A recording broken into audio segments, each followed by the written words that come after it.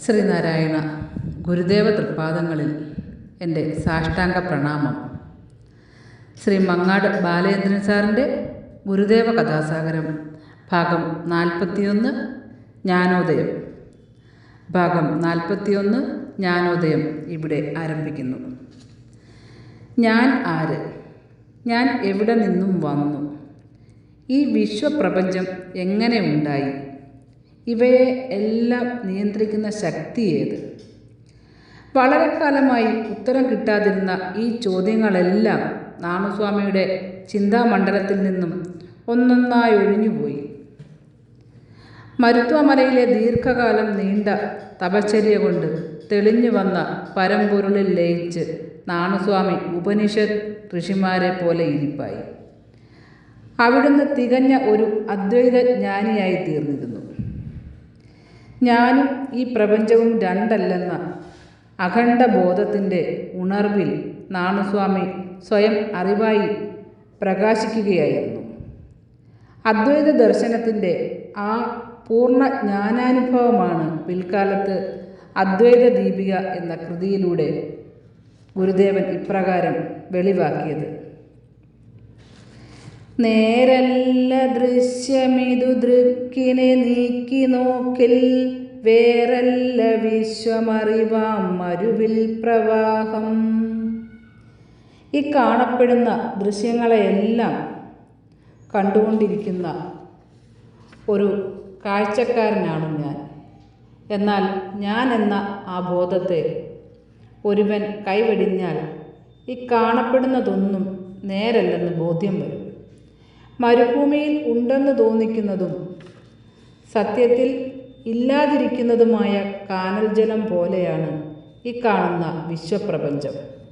അതാകട്ടെ അറിവിൽ നിന്നും വേറിട്ടതായിരിക്കുന്നില്ല എന്ന് പറഞ്ഞാൽ അറിവിൽ സംഭവിക്കുന്ന കേവലം കാഴ്ചകൾ മാത്രമാണ് ഈ ദൃശ്യപ്രപഞ്ചമെന്നർത്ഥം.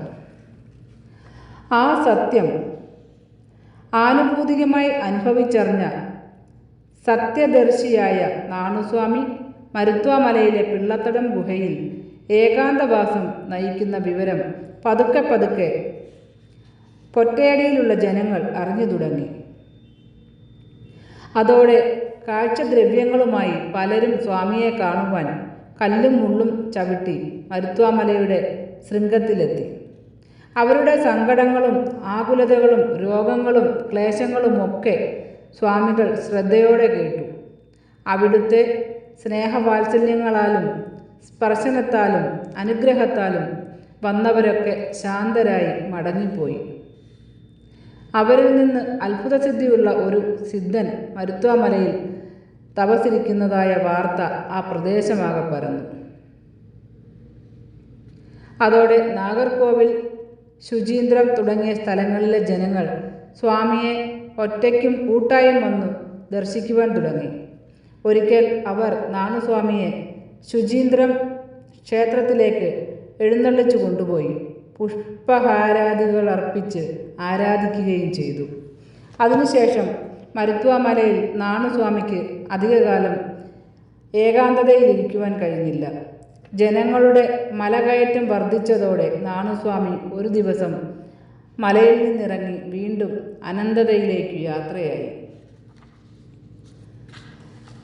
നമിച്ചിടുന്നേൻ ശ്രീ ഗുരുദേവാ തവ തിരുപാദങ്ങൾ, സ്തുതിച്ചിടുന്നേൻ ഞങ്ങൾ നിത്യം നാരായണമൂർത്തേ.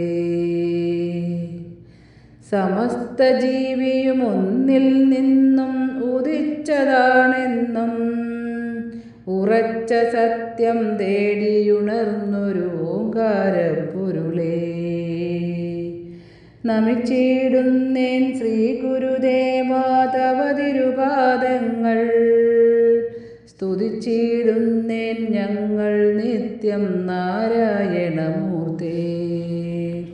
ശ്രീ മങ്ങാട് ബാലചന്ദ്രൻ സാറിൻ്റെ ഗുരുദേവ കഥാസാഗരം ഭാഗം 41 ജ്ഞാനോദയം ഇവിടെ അവസാനിച്ചിരിക്കുന്നു.